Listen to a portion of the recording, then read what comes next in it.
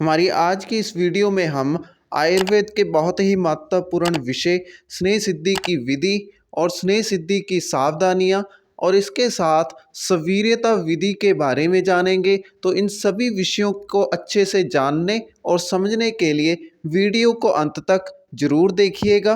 तो इस वीडियो में सबसे पहला हेडिंग स्नेह सिद्धि की विधि का लिखा है, जिसकी शुरुआत सबसे पहले श्लोक से हुई है। तो यह श्लोक वैशज्य रत्नावली ज्वर चिकित्सा स्थान से लिया गया है। स्नेह सिद्धि की व्याख्या के रूप में इसी श्लोक का आगे वर्णन किया गया है, जिसमें लिखा है स्नेह पाक अंतर्गत निम्नलिखित क्रम अनुसार द्रव्यों का मिश्रण करते हैं।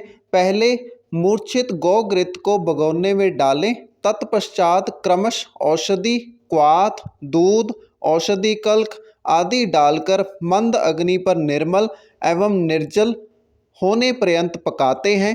तो इस व्याख्या के अनुसार सबसे पहले गाय के घृत को मूर्छित किया जाता है। इसके बाद आगे सभी औषध द्रव्यों को क्रम के अनुसार, यानी कि सबसे पहले क्वाथ, उसके बाद दूध, उसके बाद औषधि के कल्क को मिक्स करके मंद अग्नि पर पकाया जाता है। तो इस प्रक्रिया को तब तक किया जाता है जब तक कि औषधि के बीच में से सही प्रकार से जल का अंश समाप्त ना हो जाए। जब इसमें से जल का अंश पूर्ण रूप से समाप्त हो जाता है, तब इस औषधि को अच्छे से बना हुआ पूर्ण समझा जाता है।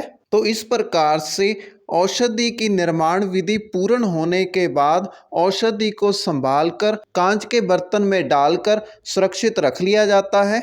इसके बाद अगला हेडिंग घृत तेल पाक में सावधानियों का लिखा है, जिसके बीच पहला पॉइंट लिखा है औषधि कल्क निर्माण हेतु यदि द्रव्य शूषक लिए गए हों तो उनका बारीक चूर्ण करना चाहिए ताकि वर्ती परीक्षा सम्यक रूप से हो सके।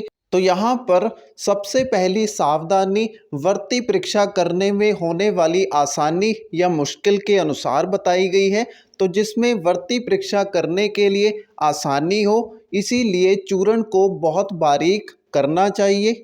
इसके बाद सेकंड पॉइंट में लिखा है स्नेह में कल्क डालते समय अग्नि को बिल्कुल कम कर दें अथवा पात्र को चूल्हे से नीचे उतार लेना ठीक रहता है, अन्यथा स्नेह में उफान आकर कल्क और स्नेह के पात्र से बाहर गिरने का भय रहता है। स्नेह अग्नि भी पकड़ सकता है। तो इसमें दूसरे पॉइंट के अंदर सावधानी में लिखा है कि स्नेह के अंदर जब दूसरी औषधियों को मिक्स किया जाता है, तब उस औषधि को मिक्स करते समय या तो उस बर्तन को अग्नि से उतार लेना चाहिए या फिर अग्नि की जो आंच है उसको बहुत कम कर लेना चाहिए। अगर स्नेह पदार्थ के अंदर औषधियों को मिक्स करते समय अग्नि की आंच को धीमा या बर्तन को अग्नि से नहीं उतारा जाएगा तो स्नेह के अंदर उफान आ जाता है, जिसके कारण से औषधि के खराब होने का डर रहता है। इसके बाद सावधानी का तीसरा पॉइंट यहाँ पर लिखा है दिन मर्यादा अनुसार प्रतिदिन 4 से 6 घंटे मंद अग्नि पर पाक करते हैं। तो इसमें औषधि का पाक रोजाना जितने दिन लिखा है उतने दिन तक किया जाता है। साथ में ये सावधानी रखी जाती है एक दिन में कम से कम 4 घंटे और ज़्यादा से ज़्यादा 6 घंटे तक औषधि को पकाया जाता है। इसमें सावधानी का सबसे अंतिम पॉइंट लिखा है, जिसके अंदर है कल्क में जल अंश रहने पर स्नेह के खराब होने का डर रहता है, अतः निर्जल होने पर्यंत पाक करना चाहिए। तो औषधि को जब अग्नि पर पकाया जाता है तब ये सुनिश्चित करना सबसे ज़्यादा जरूरी हो जाता है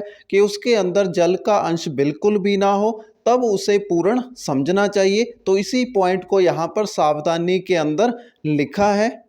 सावधानियों के बाद सबसे अंतिम हेडिंग सवीर्यता विधि का लिखा है, जिसकी व्याख्या के अंदर लिखा है 16 मास तक। तो इस औषधि को बनने के बाद 16 मास तक प्रयोग किया जा सकता है। तो इसी को सवीर्यता विधि या एक्सपायरी डेट कहा जाता है। तो इसी के साथ हमारी आज की वीडियो का विषय यहीं पर समाप्त होते हैं। अगर आपको वीडियो अच्छा लगा तो वीडियो को लाइक करें और इसी प्रकार के कंटेंट को रेगुलर प्राप्त करने के लिए हमारे YouTube चैनल को सब्सक्राइब करें।